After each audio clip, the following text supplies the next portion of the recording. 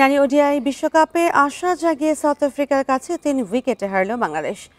বিশ্বকাপ বাতনাম ২৩০-এর টার্গেট নিয়ে ৭৫ রানে ৫ উইকেট তুলেছিল টাইগ্রাসরা। চাপ সামলে ক্যাপ ও ট্রায়নের 50 আর ক্লার্কের ফিনিশিং ক্যাচ মিসে হৃদয় ভাঙল নিগারদের।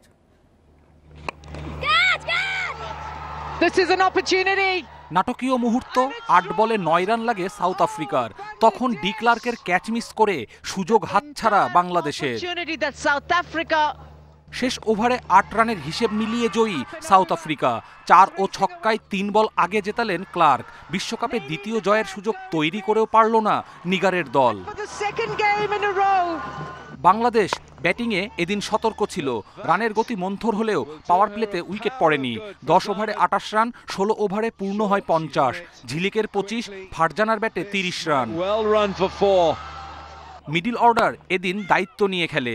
শারমিন নিগারের ৭৭ রানের জুটি ভিত গড়ে দেয়। শারমিনের 50 ৭৪ বলে, অধিনায়ক নিগারের ৩২ রান। সমান ৩টি ছক্কা ও ৪-এ স্বর্ণার 50 ৩৪ বলে। টাইগ্রেসদের পক্ষে দ্রুততম।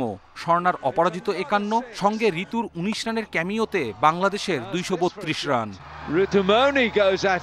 চ্যালেঞ্জিং টার্গেট দিয়ে উইকেট তোলার শুরু নাহিদাকে দিয়ে। তাজমিনের ০, অধিনায়ক লওরা ৩১ করে রান আউট। ওখান থেকেই ধস প্রোটিয়া ব্যাটিংয়ে। ফাহিমাও যুক্ত হন শিকারে। ৭৮ রানে ৫ উইকেট তুলে নিয়ন্ত্রণে বাংলাদেশ। চাপ সামলে দলকে ম্যাচে ফেরান ক্যাপ ও ট্রায়ন। 50 করেন ক্যাপ। এই জুটি হতাশা বাড়ায় লাল সবুজের। ত্রাতা হয়ে আসেন নাহিদা। ক্যাপের ৫৬-তে বিদায়ে ভাঙে ৮৫ রানের জুটি। মোমেন্টাম পায় বাংলাদেশ। বিপজ্জনক ট্রায়ন ম্যাচ নাগালে এনে দেন ৬২ রান করে। তবে রান আউটে আবারও আশার সঞ্চার টাইগ্রেস শিবিরে।